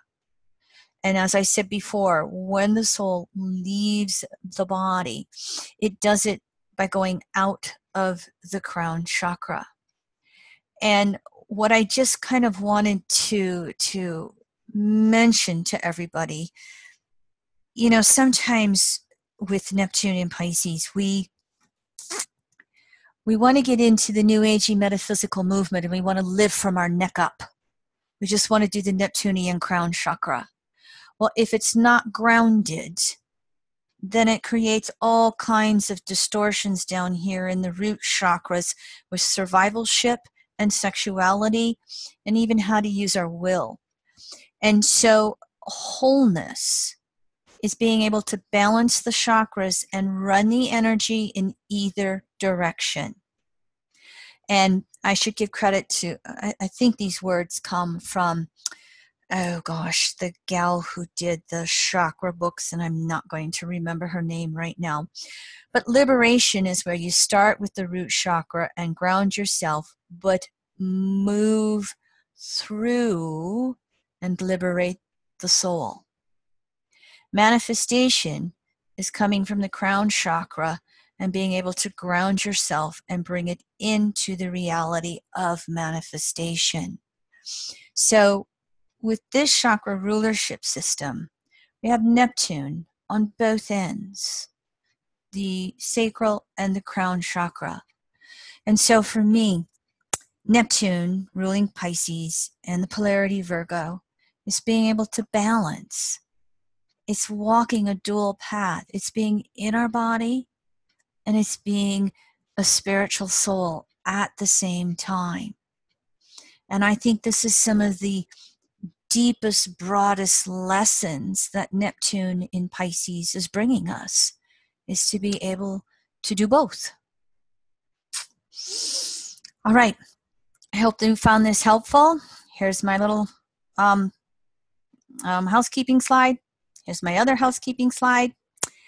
And that is it. So any questions by anybody? I know I ran to the time, but I'm willing to take a few questions. I don't know if there's another one after me or not. Okay, we'll take one or two questions. Kim Marie, could you please stop share at the top of the screen? Could I do stop share? Okay. Yeah. Okay. Yep. Okay. And does that stop recording? No. Oh, no. Okay. Okay. So leave recording on. Okay. Was there a question? Did I hear somebody talking? Yeah, I had a couple of questions and comments. I thought it was really interesting. I don't know if you ascribe Neptune to film. Yes. As a scientist, I have multiple professions, but I studied biochemistry. So I would put Neptune in probably Gemini for the beginning of quantum physics, since Planck made the assumption that energy was made of individual units or quanta back in 1900. So I'm not sure where you started Neptune in Aquarius. That's just some thoughts. I thought the Federal Reserve part was interesting. I think having a chart of the Federal Reserve would have been really. Did we see the chart of the Federal Reserve? I'm sorry, I'm tired. I will give you the birth. I was afraid of overwhelming. I had about 6 more charts related to finances. The Federal Reserve Act, December 23rd, 1913, 6:02 p.m., Washington, D.C. Woodrow Wilson signed it just before the Christmas break because it was so unpopular in Congress. It was rammed through by Senator Nelson, who was married to one of the Rockefellers, I think. I don't know if I have the quotes right, but the birth date is right. December 23rd, 1913, 6:02 p.m., Washington, D.C. Yeah, I ran both charts while you were talking. Yeah. Because I happen to know all that, and I find all of that very interesting. So thank you. Thank you. I already ran them. I think that's very interesting. And I think we're going to see some Pluto in Capricorn was our last revolution. Are we going to see another revolution? Oh, we could see all of the above between. Return. Yeah, we could see all of the above between Pluto and Neptune transits. I think a little more detail on the Dakota pipelines would have been really interesting since you're there and since you have access, because all of us in the rest of the country, I live in Washington, D.C., follow that really closely, right? My son flew up from Denver to participate in the protests because, he felt it was so important. So thank you for bringing it up. I don't have necessarily a chart on the Dakota Access Pipeline. However, as you know, North Dakota and South Dakota are twins, and it's November 2nd, 1889. Hold on a second. 2:43 p.m. Pierce, South Dakota, Bismarck, North Dakota. And what you want to start paying attention to next is that both of these conservative states have been passing laws to make it harder and harder for us to protest. And by the way, it's 2:40 p.m. The two Dakotas, November 2nd, 1889, 2:40 p.m. South Dakota, it was Yankton. They transferred it to Pierce. So you do Yankton. North Dakota, you do Bismarck. I expect those two to heat up again, but I think where it's going to heat up even more for those of you following the XL pipeline is Nebraska, because Nebraska's PUC was the most outspoken in disagreeing with the pipeline, and they made them change the pipeline. So now it's working its way through the courts, where they're having to go all the way back through and redo the environmental, what am I trying to say, how it will affect the environment. So Nebraska will probably be able to stand up and protest a lot better than the Dakotas. Okay, Kim Marie, we really must wind down now. I'd like to thank you so much for this wonderful meeting. Would you all please thank Kim Marie Weimer, everyone? Thank you. It was wonderful. Thank you so much. Thank you. Thank you, Thank everyone. you. It's a pleasure on my end. Thank you. It was Thank you. fascinating.